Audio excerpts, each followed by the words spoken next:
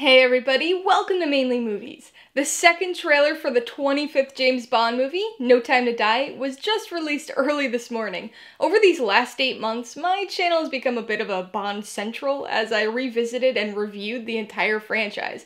But I finished that up with Spectre last week, so I'm incredibly excited for another look at No Time to Die. Spectre wasn't exactly my favorite movie of the Craig era, but it did set up for some interesting potential plot threads, so I'm really curious to see if we get a little bit more of the story in this trailer. And I'm really hoping to still see that November 20th release date at the end. Let's check it out.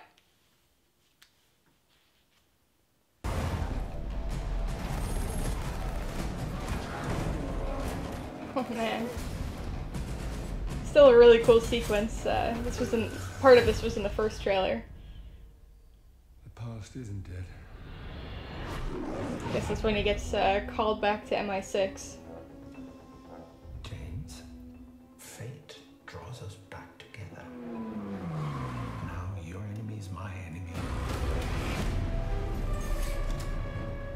His name is Safin. And what does he want? Revenge. Me. When her secret finds its way out, it'll be the death of you. You can imagine why I've come back to play.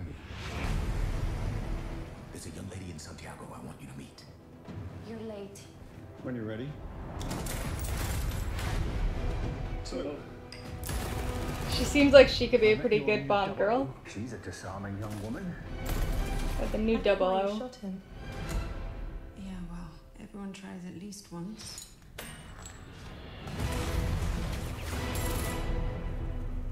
James Bond. We both eradicate people to make the world a better place. I just want to be a little tidier. Seems like there's big stakes in this one. Where the hell are you? November! you ever flown one of these? Nope.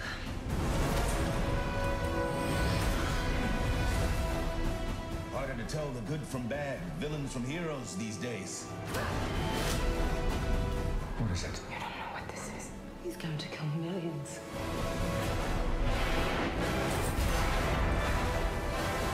If we don't do this, Pretty cool. As is there will be that. nothing left to save.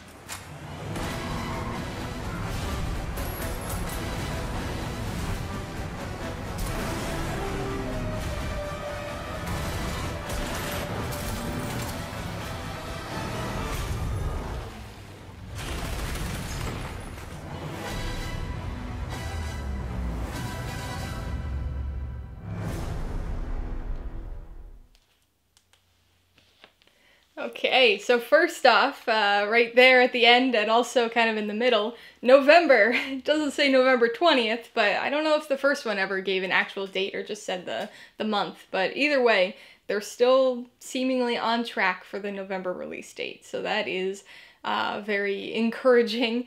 I guess the release of Tenet this past week, or will be wide release tomorrow, has had a positive effect on that. So November, so that's still exciting. In terms of the trailer, this one definitely doesn't necessarily expand on the story or give us too much more about, our villain. It gives us a little bit more of an idea of his plan, right? That there is going to be some major event that's going to affect and possibly kill millions of people. So this definitely has a more dire feel to it than some of these past Craig era Bonds have. A lot of the ones of this era have been very central to him, and kind of, there's been some stuff with financing, when we look back at Casino Royale, but this seems to be our first big, major scale villain threat of the Craig era. And so that's kind of a nice throwback almost. I mean, with missiles and stuff, it's kind of along the lines of some of the Brosnan era movies, even Dr. No, right, going all the way back. Dr. No had his missiles, and so that's kind of a nice throwback and a nice return And then this one just seems like it's just bigger in so many ways, you know. It's always fun to watch Bond do his thing, you know, be his own solo person and solo agent, but it's also always entertaining, at least for me, to see him interacting with other people. And I always like Daniel Craig's interactions with his version of Bond's interactions, and so we get him with a few people. We see Felix Leiter coming back, but Ana de Armas looks like a really potentially good Bond girl.